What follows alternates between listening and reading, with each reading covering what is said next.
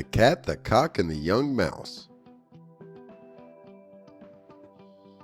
A very young mouse, who had never seen anything of the world, almost came to grief the very first time he ventured out. And this is the story he told his mother about his adventures.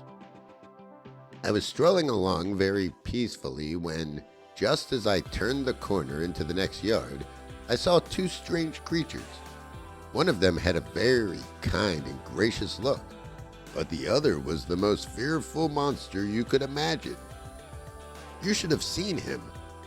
On top of his head and in front of his neck hung pieces of raw red meat.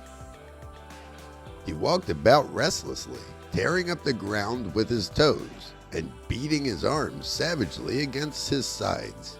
The moment he caught sight of me, he opened his pointed mouth as if to swallow me, and then he let out a piercing roar that frightened me almost to death. Can you guess who it was that our young mouse was trying to describe to his mother? It was nobody but the barnyard cock, and the first one the little mouse had ever seen. If it had not been for that terrible monster, the mouse went on, I should have made the acquaintance of the pretty creature who looked so good and gentle. He had thick velvety fur, a meek face, and a look that was very modest, though his eyes were bright and shining. As he looked at me, he waved his fine long tail and smiled.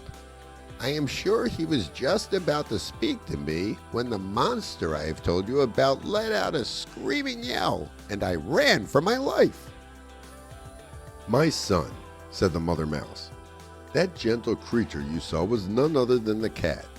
Under his kindly appearance, he bears a grudge against every one of us.